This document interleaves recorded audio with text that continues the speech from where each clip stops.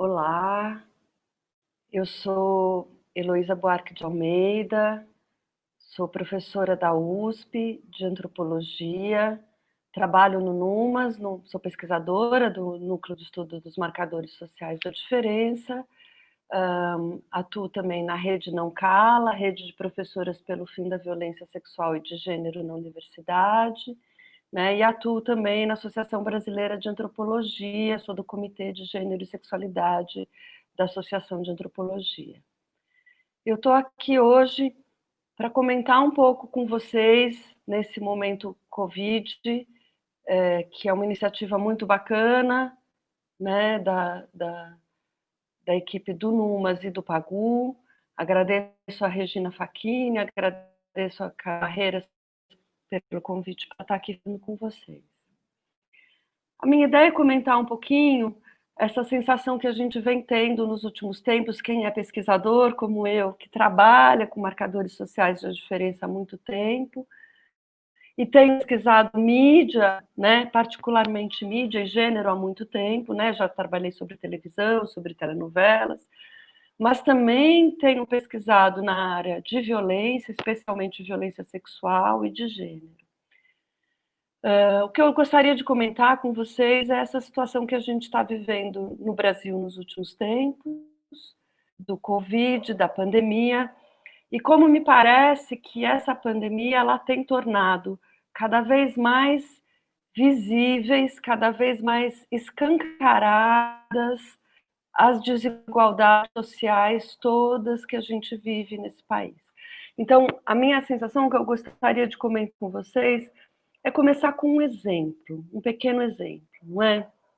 Que é uma das primeiras mortes, a gente teve duas primeiras mortes do Covid no comecinho da pandemia, antes da gente ter as quarentenas, o isolamento social, que eu acho que são bastante sintomáticas dessa desigualdade. A primeira delas foi de um porteiro, né, de um prédio, né? E a segunda delas, e essa que eu vou explorar um pouquinho mais, foi uma empregada doméstica que trabalhava numa casa de elite, no Leblon, né, no Rio de Janeiro, e que faleceu de Covid, né?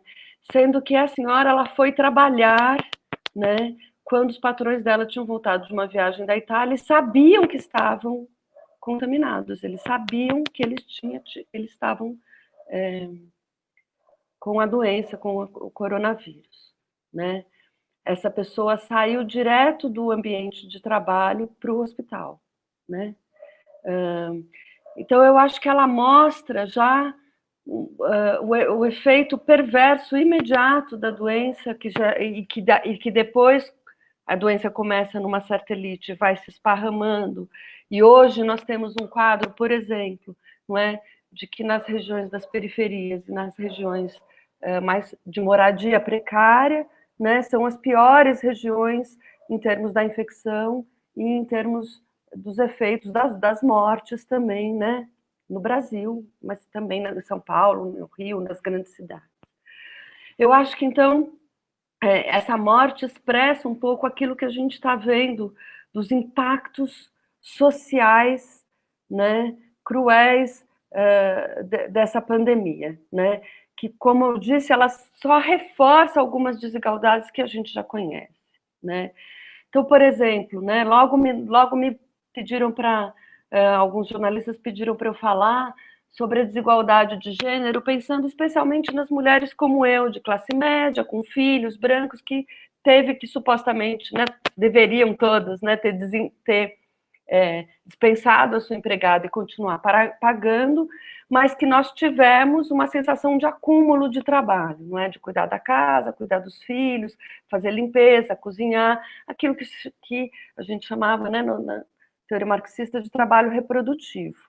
Então, a gente tinha uma situação social de privilégio que o trabalho reprodutivo era dividido com a empregada doméstica, né? Então, o primeiro impacto para essas mulheres de classe média de elite é perceber a sobrecarga inegável de trabalho que elas ficaram em termos de cuidar da casa, de gênero, de cuidar dos filhos, e como isso é pouco dividido, né, de modo equitativo, tem ficado muito evidente nos números de trabalhos acadêmicos, né, dos homens estão subindo e as mulheres estão decrescendo, né? Então a classe média está tendo esse efeito. As mulheres de camada popular, por outro lado, como é o caso dessas empregadas, estão sendo atingidas de modo muito mais brutal, porque algumas delas estão perdendo emprego, outras estão tendo que trabalhar, e tem 2 empregos muito importantes que estão sendo vítimas disso, né? O emprego doméstico em geral, por um lado, e por outro lado,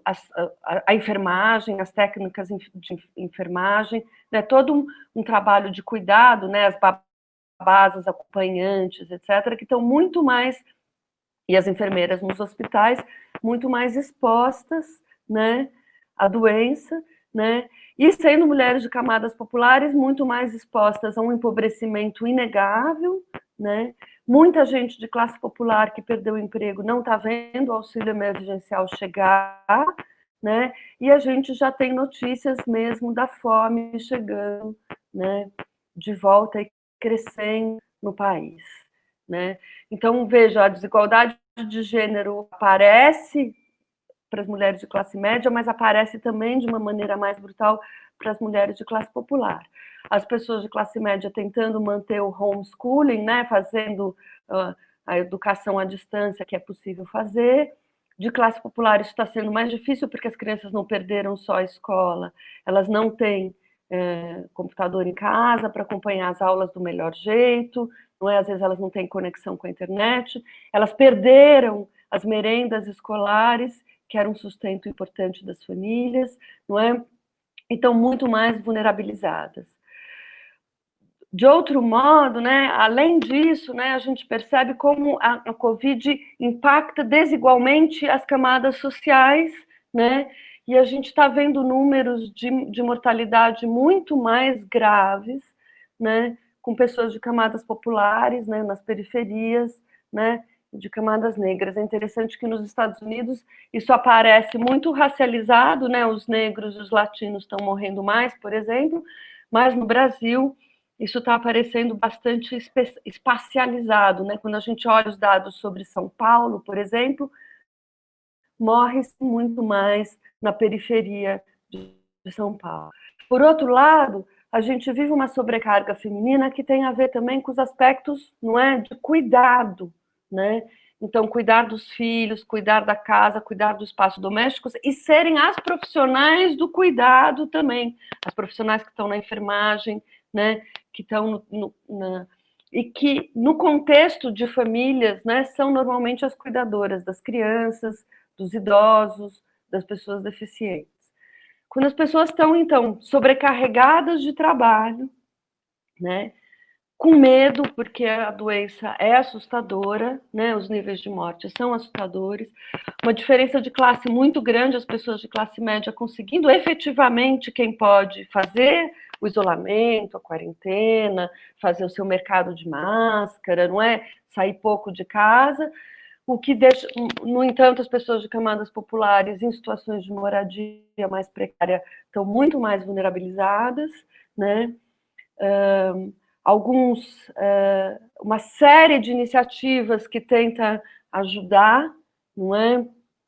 As pessoas com distribuição de cesta básica, etc., mas isso nem sempre funciona de modo eficiente, né? Por fim, eu acho que um outro tema para pensar nessas desigualdades relacionadas a gênero muito forte é a questão que já foi bastante desenvolvida aqui num outro momento Covid com a Beatriz Acioli, não é? Que é a questão da violência doméstica, né? A gente está tendo impactos de um aumento de cerca de 50% no Rio de Janeiro, ou quase 50% no estado de São Paulo, nas denúncias de violência doméstica, né? A quantidade de feminicídios aumentando também comparativamente com o ano passado, no mesmo período, teve um aumento de cerca de 46%, né? No estado de São Paulo, não temos dados muito confiáveis para o Brasil inteiro, né? Mas sabemos que a violência doméstica piorou muito em outros países também, né? Na China triplicou, na França subiu 32%, mas no Brasil isso está acontecendo. O que não está aparecendo ainda, né? O que está aparecendo é que também essa violência aumenta com a vulnerabilização, né? A gente sabe de dados de pesquisa que quando os homens se sentem mais vulneráveis, são momentos em que eles se tornam mais violentos também, né, com as suas parceiras, dentro do ambiente doméstico, né? Então, isso está aumentando. Há uma série de iniciativas para lidar com a violência doméstica, né? E, na verdade, ela só expressa como a casa, o espaço doméstico, é o lugar mais perigoso, né, para as mulheres, para as crianças e para os idosos também, né? Há uma série de iniciativas de acolher, né? O 180 continua funcionando, denuncia, as delegacias de defesa da mulher têm espaço para denúncia, há processos como justiceiras, que a Beatriz Acioli falou aqui no outro momento Covid, né? Mas o que não está aparecendo, mas que eu acho que uma hora, infelizmente, nós teremos dados sobre isso, é também a questão da violência sexual, porque a gente sabe que a violência sexual contra crianças e adolescentes, ela acontece muito no espaço doméstico, né? E temos dados sobre a crise do ébola no oeste africano entre 2014 e 2016, do aumento, né, da violência que foi descoberto depois. Então, eu acho que a violência sexual contra adolescentes vai aparecer depois, vai aparecer, inclusive, na proporção de gravidez adolescentes não desejadas, né? E, infelizmente, né, algumas dessas violências expressam como o espaço doméstico, a família, o lar, é também um lugar de conflitos que, nesse momento, está se tornando violência, né? E, por fim, eu acho que é muito assustador, mas a gente pode dizer que uma outra forma de violência muito grande que está aparecendo também na pandemia e que expressa as desigualdades sociais brasileiras é, de uma certa forma, a própria violência do Estado, né? Tanto o Estado que continua matando nas periferias, vocês fizeram uma aula aberta sobre isso, muito interessante, então não vou explorar muito o tema, com muitos dados, né? Mas também o fato do Estado estar empurrando com a barriga, né, e não implementando efetivamente o auxílio emergencial como ele deveria estar funcionando. Então, isso tem empurrado as pessoas para uma situação de miséria, de pobreza, é muito grave, forçando as pessoas que elas tentem voltar ao trabalho mesmo, né, numa condição ainda de perigo, de contaminação, né, e eu acho que é isso que tem se tornado cada vez mais visível, né? Quer dizer, todas essas desigualdades sociais, desigualdade de gênero, de raça, de classe, de território, né? Parece que elas se tornaram muito mais visíveis nessa pandemia. E só para concluir, então, o que eu quero dizer? Eu estou usando dados, não é dado de pesquisa minha. Os dados que eu comentei aqui, basicamente, são os dados que estão na imprensa. Ou seja, a própria imprensa, a própria mídia, tem mostrado para nós, né, mídias alternativas, mas também mídias hegemônicas, comerciais, bem estabelecidas, não é? Tem mostrado, tem visibilizado bastante como o Covid tem sido mais cruel, né, no aprofundamento das desigualdades sociais brasileiras e como, de uma certa forma, a pandemia está expondo muito mais, né, e essa imprensa está mostrando isso para a gente, a pandemia está expondo muito mais essa violência. E essa desigualdade, né? E todas essas desigualdades. Eu comentei brevemente algumas delas, né? Várias estão mais exploradas aqui, mais profundamente, nos momentos Covid, nas aulas abertas organizadas pelo Pagu e pelo Numas. E eu quero agradecer a oportunidade de falar disso e dizer: vamos ficar atentos, né? Vamos continuar batalhando por mais justiça social, porque é isso que a gente precisa.